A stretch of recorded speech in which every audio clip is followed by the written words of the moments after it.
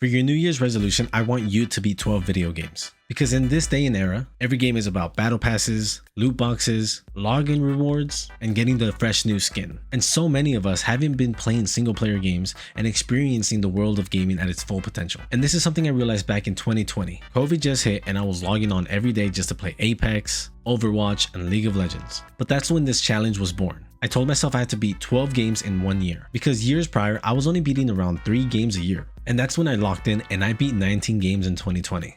And we had some absolute bangers.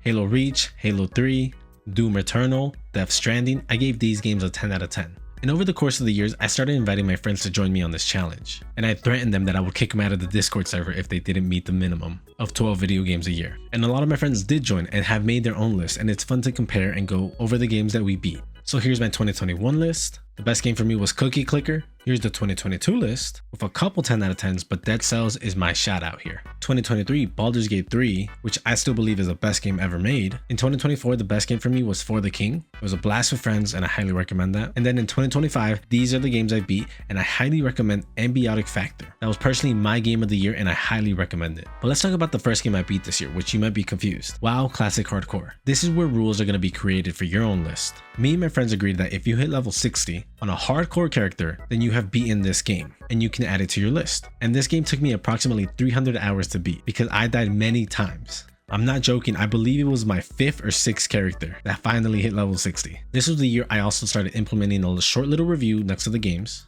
and how long it took me to beat. For instance, the last game that I beat last year was a game about digging a hole. It took 2 hours to beat and I gave it a 7 out of 10. I said it was fun and simple. However, I wish it got a little crazier at the end, or more in depth at least. You might also notice Arc Raiders is here, which I gave the game a 9 out of 10 and it took me around 69 hours to beat. But you might be saying, what, you really can't beat Arc Raiders? Yes, there's quests, but there's not a real story mode. This is a game where we also made a rule. You had to hit level 50 and have all your benches upgraded to level 3. So you'll be able to make unique rules for yourself or with your friends, but be honest about them. Because at the same time, the purpose of this challenge isn't literally just to add games to the list and keep beating the same game year after year after year. It's meant to go explore new games, try different genres of games and indie games that don't have a spotlight. Because like I said at the beginning of the video, many of us just get on and play a multiplayer game and then get off. And I want to motivate you to go try new games and old gems that you might have missed. So let me know in the comments. And trying to beat 12 games for the year 2026? Send this video to your friends that you want to start the challenge with, and you can also make funny rules, like the person that has the least amount of games has to buy a game from your wish list, give you a $20 gift card for Steam, or buy you dinner. It's truly up to you. But okay, make sure you like this video and follow to stay up to date with more gaming news because I make a video every day. So I'll see you tomorrow. Peace.